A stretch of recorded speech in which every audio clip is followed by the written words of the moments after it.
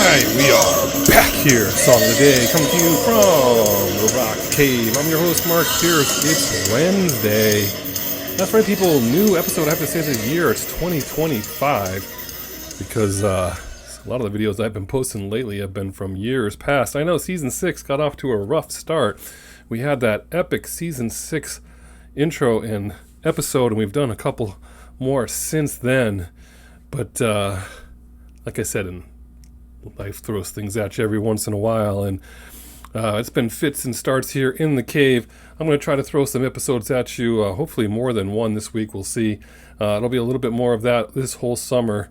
Hard to say how many episodes we're going to get, but hopefully we get into a groove at some point. So, thank you for sticking with me and just waiting for something new. All right. What's the biggest thing that happened in rock and roll this week? I don't know. It's tough. Is it tough? It's not really that tough.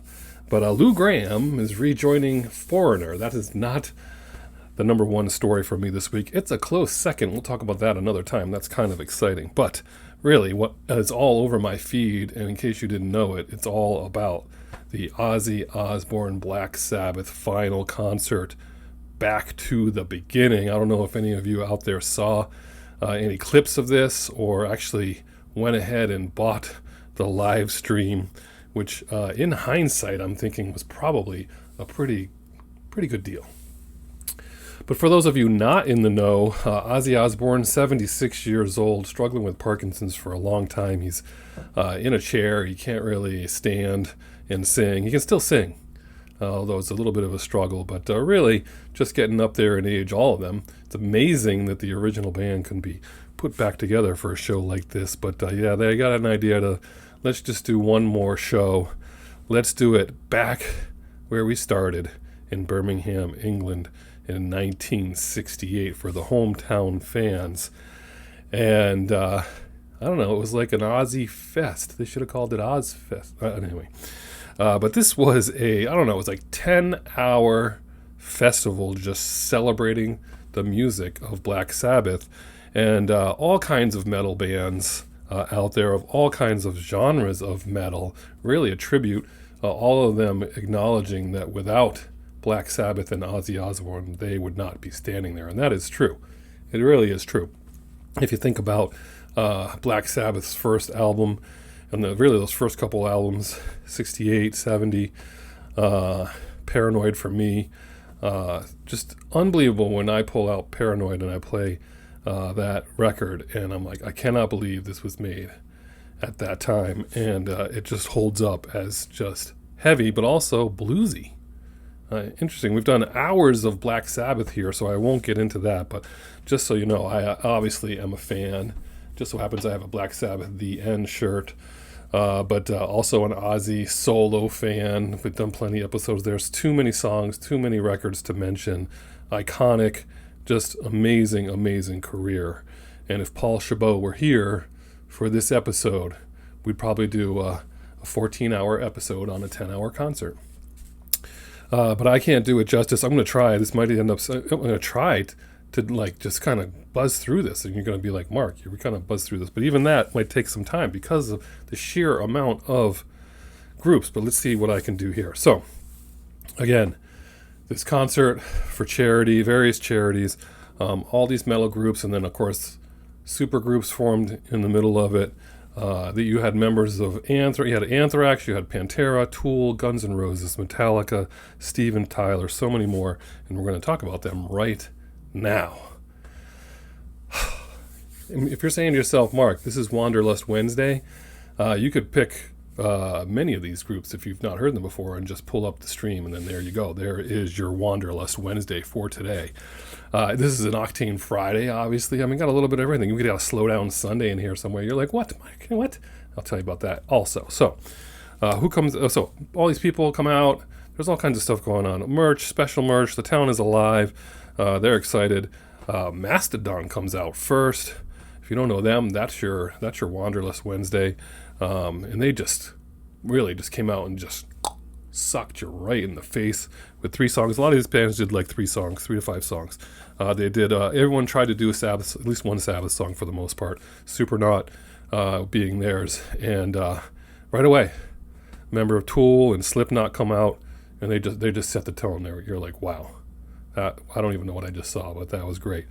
Rival Sons comes out, and they do 3 songs. And my brother Mike's been like, you need to hear these guys, big fans, more like classic rock. They did Electric Funeral, and Electric Funeral was the first Black Sabbath song I ever loved. I'm sure my parents were not worried since I was all of 10 years old or so, maybe 12. They did a great job, and a lot of these bands have been doing some Sabbath covers in their career already. Anthrax, I don't know what happened to the Anthrax. They only did 2 songs. It's all right. I mean, who knows? But they did Into the Void. Of course, Anthrax, just amazing thrash metal. Hailstrom did Perry Mason. Nice to see them doing a few songs out there. Also a nice job. One of the articles I read said that's where you were having a good time, and then Hailstrom came out and it just took a little bit of turn up. Just kicked it up a notch just a little bit with that performance. Lamb of God, here you go. There's another Wanderlust Wednesday, but you metal fans out there, there's everything out there. There's some thrash, some speed, some heavy metal, some classic. And Lamb of God, of course, very famous. But they did Children of the Grave, and some people said that was the best heavy performance of the whole day right there. How about that? So you check out Lamb of God. Then your first super group comes out. It's got it's got all kinds of people in it. Jack, I can't even go through all the people that are in these super groups all the time, but they did all Ozzy songs. Ultimate Sins, Shot in the Dark, Sweet Leaf, Believer, and Changes. Awesome. Rudy Sarzo from Quiet Riot, and one of the original bassists for Ozzy's band, he's out there at some point. Jack Black comes out with Tom Morello's son, Roman, and does Mr. Crawley. Alice in Chains did Fairies Wear Boots. Now, obviously, no Lane Staley there, but Fairies Wear Boots up there for me for some of my favorite songs. Gojira comes out, does Under the Sun, and there's some of their songs. Again, I'm mostly mentioning the Sabbath or Ozzy songs here.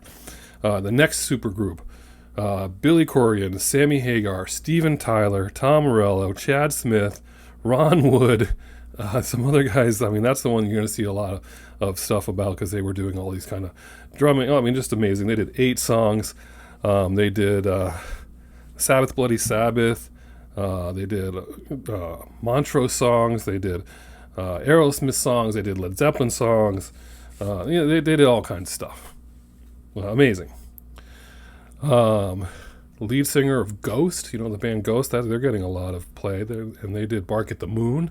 He did Bark at the Moon.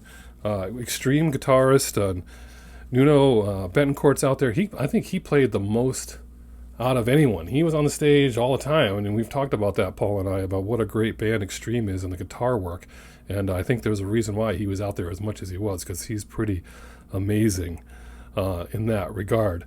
Pantera comes out. They do Cowboys from Hell, Walk, their own music, and then Planet Caravan and another version of Electric Funeral for you. I guess I'm not the only one who loved that song. And then Tool comes out and does what Tool does. Again, that's the first thing that I saw across my feed. They did a couple of Tool songs. They did Hand of Doom. Amazing, unbelievable. It's just really good. Slayer did 7 songs, if you are a Slayer fan.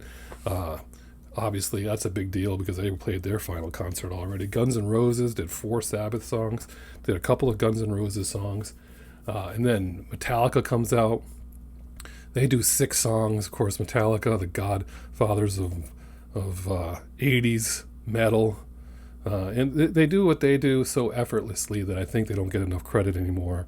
Hole in the Sky, Creeping Death, For Whom the Bell Tolls, Johnny Blade, 2 of those are Sabbath songs. Battery and Master of Puppets. Pretty amazing, right?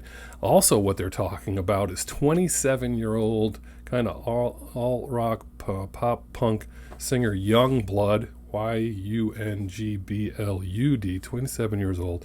Surprise kind of fan favorite. He does a stripped down version of Changes before Ozzy and Sabbath come out, and everyone's just like, that could be your Slow Down Sunday right there. So many people were so impressed with that, and you're going to check that out. We'll try to post that below too. And then Ozzy comes out. He's out there on his throne, sitting, doing his banter and his lead up. He does, I don't know, Mr. Crowley, Suicide Solution, Mama I'm Coming Home, and Crazy Train, of course. Mama I'm Coming Home must have been an emotional song to sing and to hear. I mean, imagine if they closed out with that, with everyone just crying their eyes out as they were leaving. And then there's a little bit of a confusion about at some point along the way, were they done? Were they not done? No, they were getting a cake. Sabbath comes out. Somewhere in there was the cake thing. They do War Pigs, NIB, Iron Man, and Paranoid. Of course, those ultimate classics. Unbelievable. And that's it. That was all. Anyway, in hindsight, I was kind of thinking, oh man, there's so much here. And I couldn't go to a 10-hour concert. I'm too old. You'd have to sit me next to Ozzy in one of those chairs. But I'd like to see more of the footage. I'm going to be doing some of that. So I hope you guys too dig into it. Just do a search on YouTube or even on TikTok and just see what comes up. But there were some pretty amazing kind of moments there, especially Steven Tyler retired from singing and he's out there singing, doing his thing. He did Led Zeppelin, also did an amazing job. So some really cool stuff there to see from this event. So I'm going to have to figure out how to go back and watch a bunch of it. And we're already at 12 minutes. And this was the shortened version of your song of the day. We don't really have a song of the day. We're just going to post some stuff below. Tell me about your favorite Ozzy moments. Did you see him in the 80s or 90s? I mean, so many of his songs in the 90s and the 2000s I love. I've seen Black Sabbath in concert. Tell me about your favorite Black Sabbath stuff. I don't know. Just go free. Did you watch it? Are you clicking on videos? What do you like? Post in the comments. Whew, man. Oh. Yep. All right. This one is in the books. We'll see what we can come up with. Hopefully soon. We're working on it, people. Once again, thanks for sticking with me. Whatever you're doing today, I hope it involves music. And as usual, catch you on the flip side.